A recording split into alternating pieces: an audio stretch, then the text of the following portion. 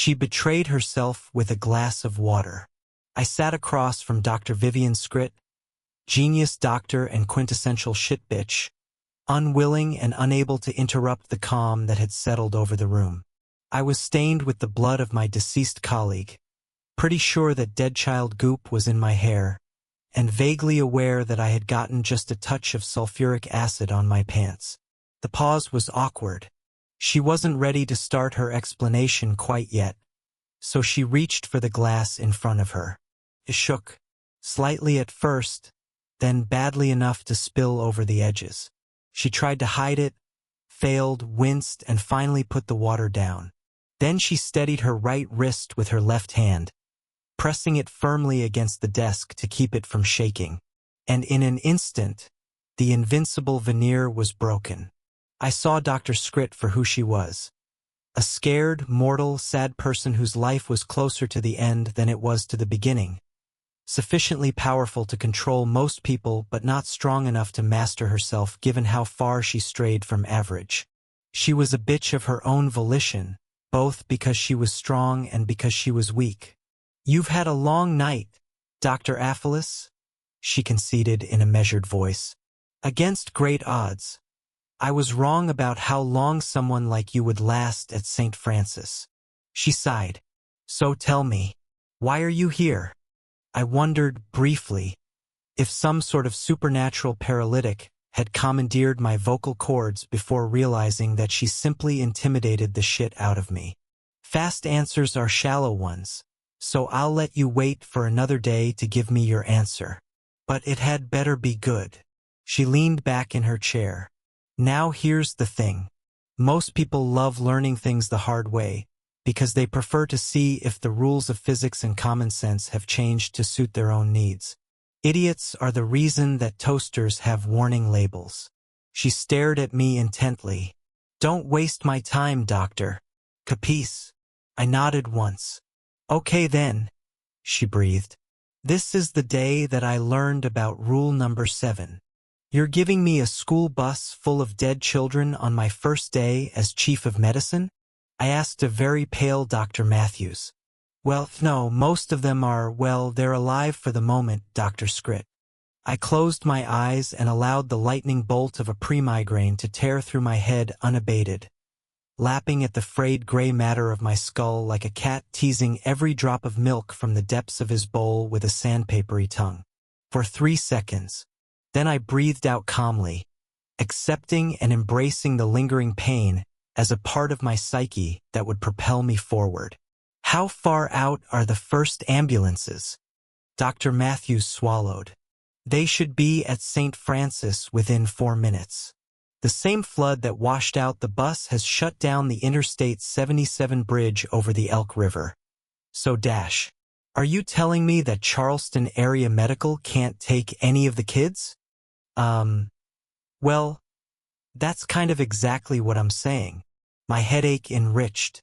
"How many surgeries are we going to need to perform?" I asked politely. He winced. "We're anticipating 12. 12?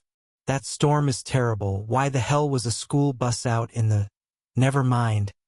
Let's get this circus tent pitched. We're very understaffed for this shit, and don't have nearly enough pediatric surgeons on a good day." I sighed deeply and ran the numbers in my head. Looks like a couple of interns are about to experience their first solo procedures.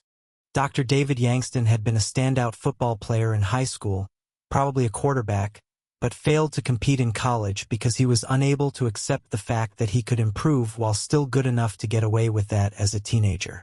Dr. Andrew Branning was never good enough for his parents, so he pursued and achieved academic perfection instead of accepting the immutable fact that they would never be happy because he represented the wrong choices that mom and dad made when they were younger. I knew this about both of them without asking. They wore their stories on their faces, as all people do, and I had long ago decided to be literate enough to read every sad tale. We love mystery because it allows for the possibility that some unknown fable has the happy ending we couldn't find, all the while refusing to accept that people stop moving forward when they cease to believe in happy endings, or even worse, actually find one. You're too young to be leading a solo procedure, but these kids are too young to die, so we're choosing the lesser of two evils. We've got twin children, aged 8, and don't know much about them yet. Dr. Branning, your patient has sustained major abdominal wounds, and Dr. Yangston, yours has potential femoral lacerations. You'll find out more when they arrive. The doors burst open. Game time.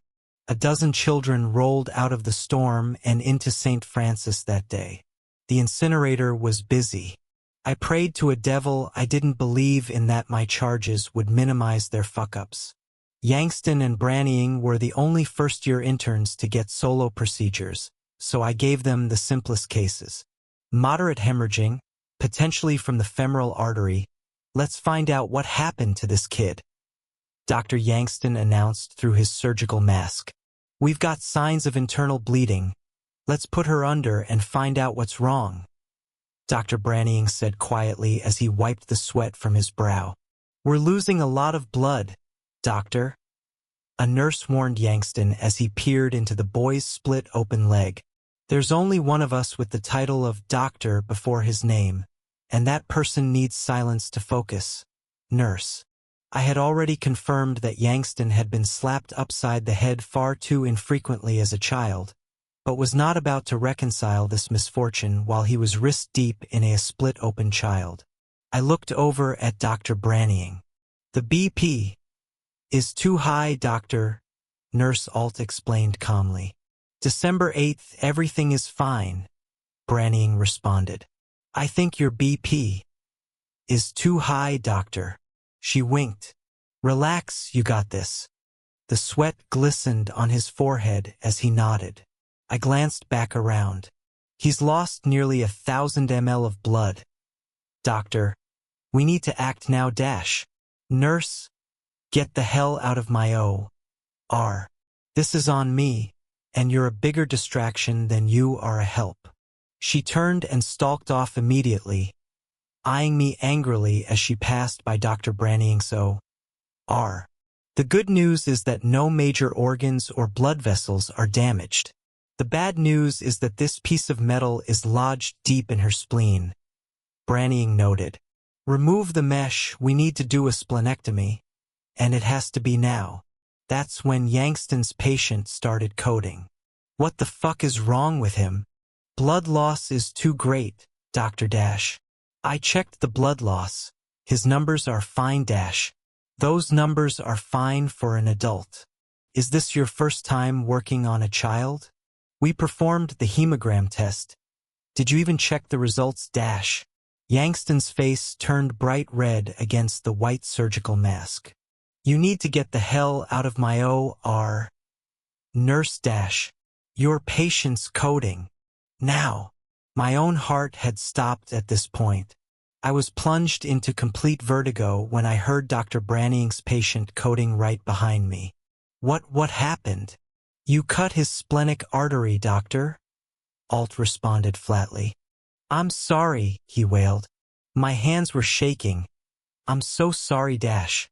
It's okay, doctor, but you need to anastomose the vessel, she responded in a soothing yet firm voice. Okay. I can't stop shaking. Just give me a second. We don't have a second, doctor. She's losing blood. Alt wiped the sweat from his brow. You can do this. Branning was beginning to hyperventilate. Oh God. I don't want to lose her. Let's make this happen. Across the OR. Yangston was flying. With both of his nurses gone, he was in complete control of the situation, hands moving everywhere they needed to go with admittedly surgical precision. It's a shame that he was 30 seconds behind schedule. We need a transfusion, he ordered. I turned to look back at Branning. Alt was continually wiping both sweat and tears away from his face, but he was still struggling to see clearly. I could do nothing but stare at the crash cart as they both fought to perform the task that I had expected of them. I remember the ID number 8251913 dancing in front of me, because I would see those numbers again. The surgeries had been simple, but something told me one of them would fail. I hated the idea of intuition, but I couldn't shake it. Which did I believe would die?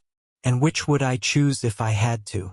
Forcing an answer to those questions tells us a hell of a lot about ourselves.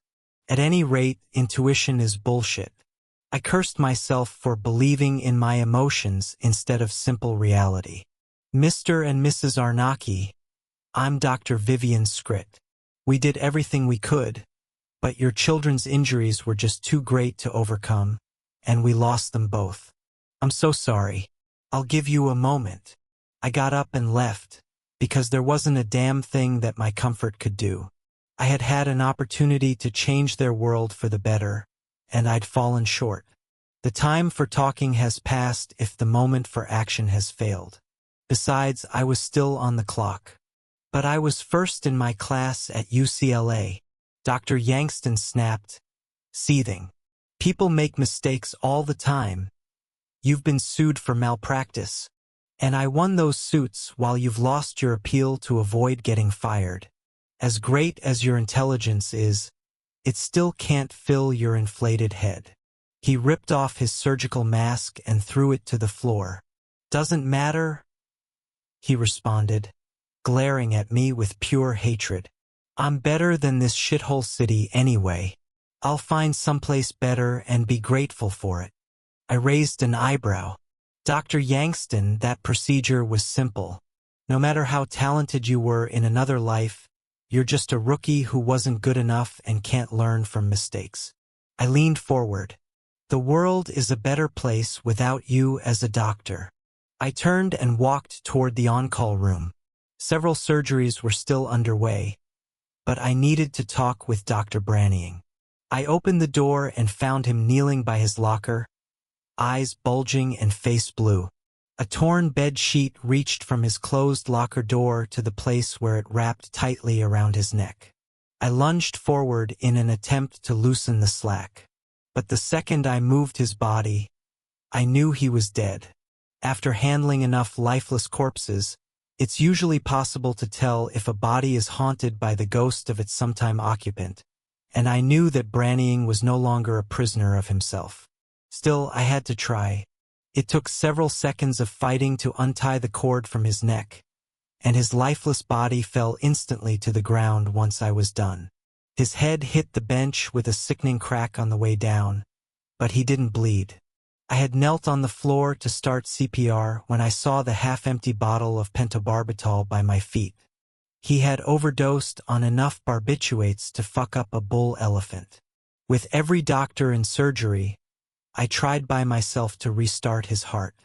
I fought for several minutes in an attempt to find hope in a hopeless case. I failed. Seneca noted that difficulties strengthen the mind as labor does the body, which is why I'm one of the smartest doctors you'll ever meet, Dr. Scrit explained to me as she finished her story. I nodded slowly. Remember what I said about learning things the hard way? I blinked. She sighed.